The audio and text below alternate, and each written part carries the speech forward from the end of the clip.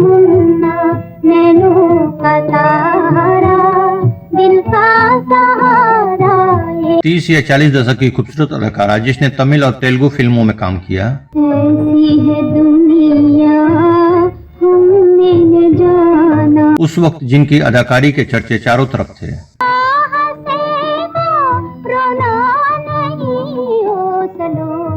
जो एक शादीशुदा एक्टर के प्यार में पड़कर बिन ब्याह किए ही 2 बेटियों को जन्म दिया।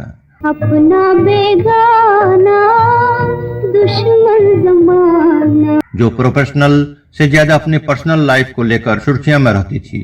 तो दोस्तों बात करने जा रहे हैं 30 या 40 दशक की खूबसूरत अदाकारा पुष्पावल्ली की। तमिल और तेलुगु फिल्मों में काम कर चुकी अभिनेत्री पुष्पावल्ली आज किसी पहचान की मोहताज नहीं है। बाल कलाकार के रूप में इंडस्ट्री में अपना सफर शुरू करने वाली पुष्पावल्ली ने कई बेहतरीन फिल्मों में काम किया। पहली बार वह स्क्रीन पर युवा सीता के रूप में नजर आई थी।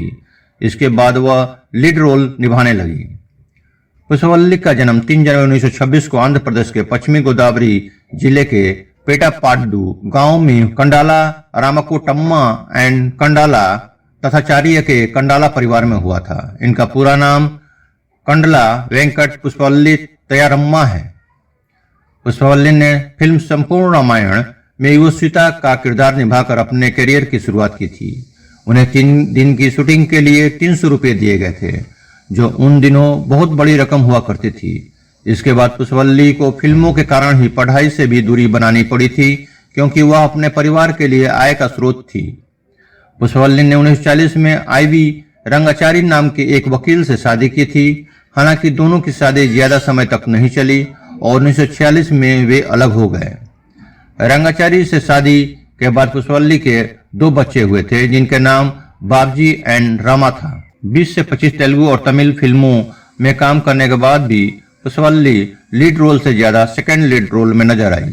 वहीं पुष्पावल्ली ने कई फिल्मों में काम किया, लेकिन उनकी सबसे बड़ी हिट तेलुगु फिल्म बाला नगम्मा थी, जिसमें उन्होंने एक महत्वपूर्ण सहायक भूमिका निभाई थी। उनकी 1947 की फिल्म मिस मालिनी, जिसमें उन्होंने मुख्य भूमिका निभाई थी, को काफी प्रशंसा मिली, लेकिन बॉक्स ऑफिस पर यह फ्लॉप साबित हुई थी। मिस मालिनी में पुष्पावल्ली मुख्य भूमिका में थी, तो यह साउथ सुपरस्टार जेमिनी गणेशन की डेब्यू फिल्म थी। फिल्म की शूटिंग के दौरान ही दोनों मिले और एक दूसरे के करीब आ गए। जेमिनी को तमिल सिनेमा में किंग ऑफ रोमांस के नाम से जाना जाता था। जेमिनी शादीशुदा होते हुए भी पुष्पावल्ली के करीब आते चले गए। जेमिनी पुष्पावल्ली को सब कुछ देने के लिए तैयार थे, सिवा अपने नाम के। पुष्पावल्ली शादी की चाहत से जेमिनी के पास आई थी, लेकिन उनकी यह तमन्ना कभी पूरी नहीं हुई। दोनों के 2 बच्चे हुए, जिनमें से एक भानु रेखा थी, जो आज बॉलीवुड की मशहूर अभिनेत्री रेखा के नाम से जानी जाती है, और दूसरी बेटी का नाम राधा था, जो शादी के पहले कुछ तमिल फिल्मों में काम किया और अपने पति के साथ यूनाइटेड स्टेट में जाकर बस गई। बचपन में रेखा के पिता का प्यार नहीं मिला, इसलिए वह उनसे काफी नफरत भी करती थी। पुष्पावल्ली बिन ब्याही मां बनी थी। मां बनने के बाद यह फिल्मों से दूर होती चली गई और उनका करियर खत्म हो गया। रेखा जब 13 साल की हुई तो पुष्पावल्ली ने उन्हें पढ़ाई छोड़कर काम करने के लिए कहा था।